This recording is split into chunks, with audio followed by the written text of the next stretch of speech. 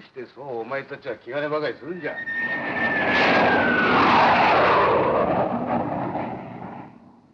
FDBF Classics, nous allons revenir jusqu'en 1955 avec le grand Akira Kurosawa et son film Vivre dans la peur que tu as choisi, Marc, pour parler de la rétrospective qu'il y a eu sur ces films. Donc il y a une rétro Kurosawa sortie par Carlotta donc le 9 mars. Donc j'en donne qui sont ceux qui sont sortis pêle-mêle. Allez les voir s'ils sont toujours en salle, puisqu'ils ont sorti Qui marche sur la queue du tigre, Je ne regrette rien de ma jeunesse, Vivre dans la peur, donc Le château de l'araignée, Les bas-fonds, Les salauds dorment en paix, Yojimbo, Entre le ciel et l'enfer, et enfin Dodescaden, et il y en a encore plus à sortir en automne, donc profitez-en. Donc moi je me suis focalisé sur Vivre dans la peur. Pourquoi ? Déjà parce que c'est Lucas, ici présent, qui me l'a recommandé, et grosse claque, donc merci Lucas. Et surtout parce que moi je trouve ça bien quand on parle de Kurosawa qu'on peut-être s'éloigne un petit peu des films qui sont parmi ses plus populaires, les Shambara, les trucs comme ça, les Ran ou Yojimbo ou les Sept Samouraïs, etc. Et là qu'on se concentre sur ce film qui est absolument magique. C'est un film qui est sorti en 1955, c'est très important, on est 10 ans après Hiroshima, et évidemment tout le film orbite autour de ça puisque c'est l'histoire d'un petit bourgeois ou un patron d'industrie en tout cas qui est Toshiro Mifune qui possède une fabrique sidérurgique mais qui veut absolument quitter le Japon, qui est traumatisé à l'idée de rester au Japon à cause de tout ce qu'on publie quotidiennement sur les risques de la bombe atomique, la bombe H, etc., qui veut fuir en Amérique du Sud, et évidemment sa famille n'est pas d'accord avec lui parce que il trouve que c'est un peu un fou, etc. Et il n'est pas spécialement fou, il a juste une phobie de rester au Japon, et donc il veut déménager au Brésil. Et donc sa famille le traîne devant une cour qui résout les problèmes familiaux, ce qui emmène du coup un tiers parti à venir trancher sur est-ce qu'il est sain d'esprit ou est-ce qu'il faut le dédouaner est-ce qu'il faut lui enlever ses responsabilités parce qu'il ne peut plus gérer sa famille parce qu'il devient fou, etc. Et donc tu as un complet déchirement familial avec évidemment au sein de cette famille qui peut paraître, du coup c'est la famille très classique japonaise avec cette figure paternelle super autoritaire, les fils, l'aîné, le cadet, celui du milieu, etc., les femmes, mais tout réuni dans cette entreprise sidérurgique familiale. Et au début, c'est marrant parce qu'on pourrait croire que ce serait presque une comédie, c'est-à-dire que ça commence le film, tu as une petite musique, pas jazz, mais je ne saurais pas trop décrire, sur la rue de Tokyo, tu dis c'est un film de société, peut-être une comédie satirique et tout, mais en fait, bon évidemment c'est un grand film de société, mais ça reste centré sur la famille, sur cette peur nationale qui détruit l'intime au niveau le plus simple possible.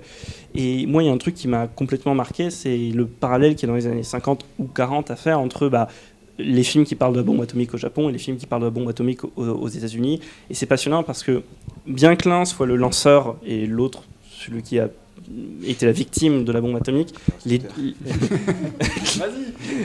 deux, il y a la même phobie. Enfin, quand tu regardes certains films, même les films de genre américains, genre The Beast from 20,000 Fathoms ou des trucs comme ça, ou tous les films avec les fourmis géantes, je me souviens plus du nom, mais tu as la phobie, et bon là tu la retrouves et tout, et tu sens cette manière d'être concerné, mais de manière unilatérale. Tu as Kurosawa qui filme ça avec une modernité, sobriété, je veux dire.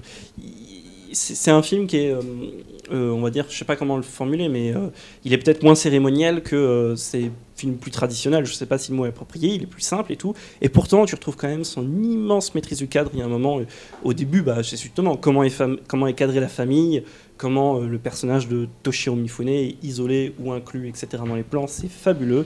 Et surtout, ça te donne le réel parce que. Vas-y, tu veux dire un truc ? Ouais, non, je voudrais juste parce que tu as commencé en disant quelque chose de très intéressant. Tu dis que le personnage principal, Toshiro Mifune, a 70 ans, c'est un très vieux monsieur. Pour l'anecdote, Toshiro Mifune, quand il joue Rose de Villard, il a 35 ans. Ouais. Déjà. Donc c'est un mec de 35 ans qui est capable de te faire croire que c'est un vieux de 70 ans. Bon, à sa manière à lui, donc c'est japonais, donc c'est un peu théâtralisé. Mais ça, au fur et à mesure que le film avance, ça se dissipe totalement. Et il est au centre de ce film-là, il fait graviter tout le monde autour de lui. Et comme il disait, c'est une radiographie totale du Japon post-Hiroshima. C'est une vision très âpre. Pour moi, c'est un des films les plus pessimistes et les plus sombres de Kurosawa, parce qu'il dit effectivement de son pays, de la peur qu'ont les citoyens de tout ça.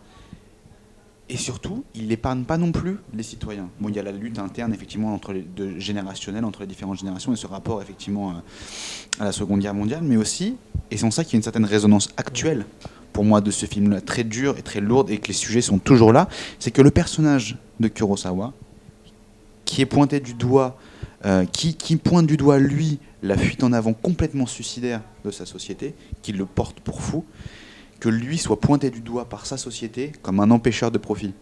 Et tous les protagonistes qui sont amenés à le côtoyer, de près ou de loin, à un moment, se sentent tous touchés par ce qu'il dit. Et c'est là, en fait, sa folie, elle prend l'ampleur du réel. Tu as un moment, un médecin, plus tard, je dirais pas à quel moment et tout, mais qui dit, quand je suis à côté de lui, enfin, ce qu'il me dit, je suis déprimé par lui parce que je sais qu'il a partiellement raison. C'est ça qui est terrible. Et à un moment, pendant la cour, un débat de donc cette fameuse cour qui gère les affaires familiales, et ils débattent en huis clos et tout. Et ils disent, il y en a un qui dit aux autres, mais toi aussi t'as peur de la bombe. Tu le montres pas, mais t'en as peur. Toi aussi t'as peur. Toi aussi t'as peur. On a tous peur. Et juste que lui, il le montre de manière un peu plus forte, mais de manière exagérée, mais la peur, elle existe quand même. Donc c'est pas une folie, c'est pas comme s'il était schizo et tout. C'est pas un truc qui sort de nulle part. Qu'est-ce que c'est la folie? C'est est-ce que c'est être normal dans un monde fou? Voilà, c'est passionnant. Il faut voir le film. Et que vous aimiez ou non Kurosawa, faut le voir. Voilà, donc Vivre dans la peur d'Akira Kurosawa, sorti en 1955 et ressorti le 9 mars 2016 en version restaurée. C'était notre sélection pour le FDBF Classics. Et maintenant, nous passons à notre rubrique hors compétition avec le coup de cœur de nos invités.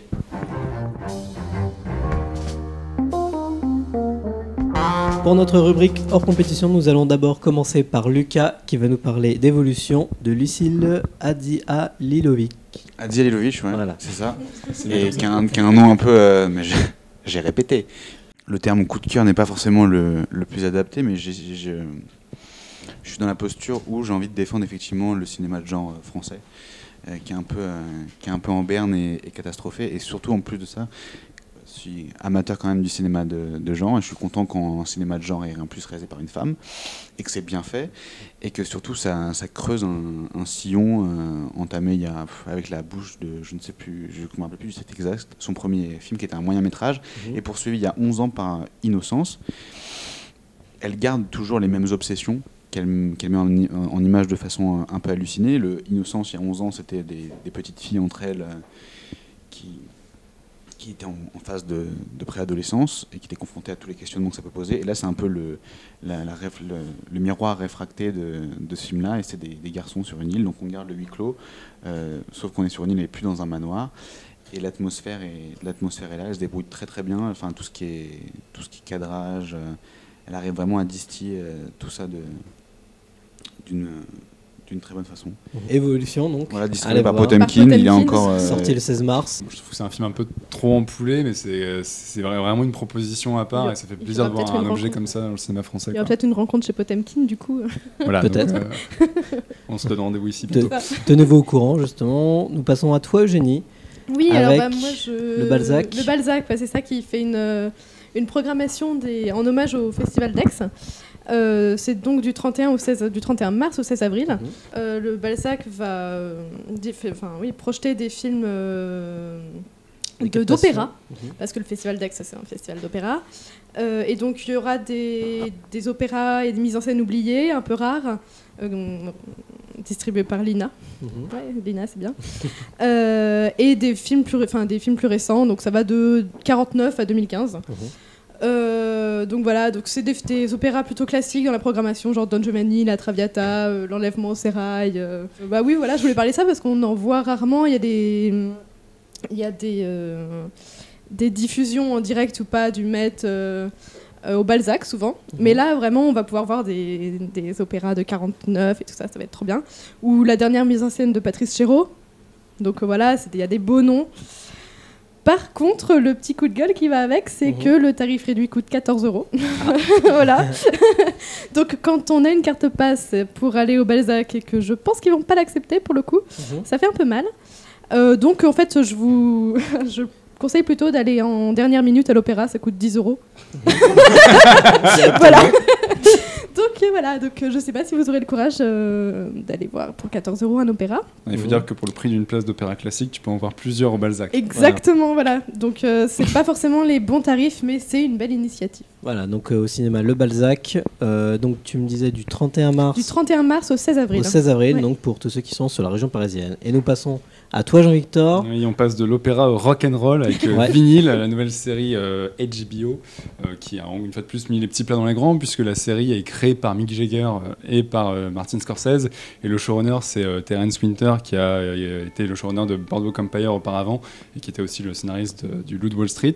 Vinyl, ça parle d'un patron de maison de disques dans les années 70 à New York, dont la boîte est en train de couler, et qui décide d'oublier le rachat qui était en cours et de retrouver en fait la fièvre du rock'n'roll, de repartir chercher des artistes, etc. Et en fait, il retombe totalement dans la drogue, le machin, tout ce qui va avec. Et c'est une série qui est assez impressionnante parce que en fait, Mick Jagger a beaucoup travaillé sur la reconstitution, donc on cesse de croiser des artistes qui ont réellement existé. On croise Led Zepp, Alice Cooper, etc. Et c'est fait avec un souci du détail qui est assez puissant. Puis en plus, la BO, si vous aimez le rock'n'roll, même le blues, le jazz et toute cette époque-là, c'est un espèce de maelstrom. On se prend les Stones, Black Sabbath, Iggy Pop et tout ce qu'il faut. Enfin, c'est un vrai régal.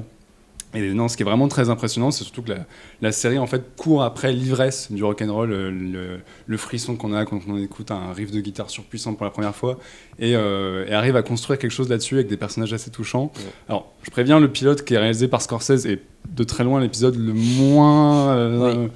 le plus faible. Il y a des trucs assez impressionnants, notamment une scène de fin dans un concert où tout se détruit qui est hyper impressionnant, mais en fait il y a très très peu d'enjeux et ça pose beaucoup trop de choses pour le temps d'un seul pilote. La série monte en puissance par la suite, mais voilà, le cœur de saison est absolument fou. Il y a notamment un épisode qui est, je pense, le plus bel hommage qu'on ait rendu à David Bowie pour l'instant, et qui est vraiment, moi ça m'a sidéré. Et en plus ils se permettent des